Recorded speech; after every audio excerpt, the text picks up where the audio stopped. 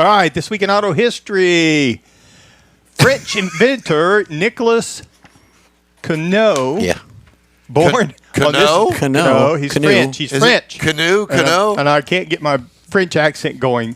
It always varies to Spanish. But anyway, he was born in it goes born over, in 1775. It goes over to Southeast Texas, that accent. And he receives credit as the creator of the first self-propelled land-based vehicle in 1770. I think I jumped the car, which is on display in a museum in France, still on there.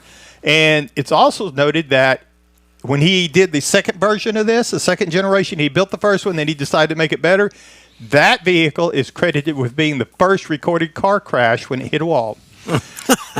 Also, steering wasn't his forte. No. He needed AI. Also, in 1899, Edward Sewell, 31, a Daimler salesman, while descending Grove Hill in this, and one wheel of the vehicle collapsed, causing him to lose control. Both the driver and passenger were thrown out of the audio, and he died. So he is credited with being the first recorded death in an automobile accident. It's called a fatality.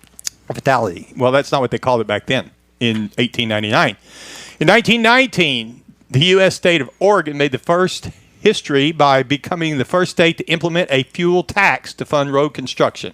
Politicians being what they are, they decided then, well, they might as well put a tax on the fuel. That's what they did. And now the other states followed, and then the federal government followed, and that's where we are today.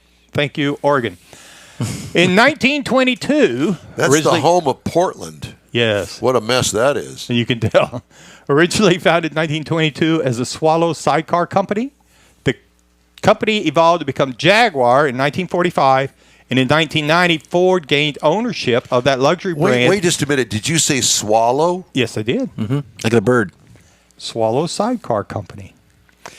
Ford gained ownership of the luxury brand until it sold it in 2008 at a considerable loss to Tata Motors of India. What does this mean? Ford does own Jaguar. It does not own Jaguar. Not now, but at the time, whenever you did this in 1990, when Ford gained ownership. You know what? I think we got off here. I think that he doesn't need to do auto history. Yes, he does. I had the script, and I had it right. Yeah, and Jeff had it wrong because you pressed the wrong button. I did. I went too fast. He got ahead of me. That's what I'm sorry. I and I was trying not to watch him because I couldn't watch him and watch me. Why don't you two guys get this all straightened out?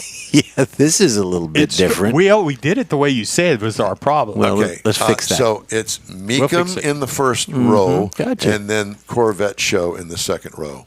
We're just trying to tidy up. We're talking amongst yourselves. All right.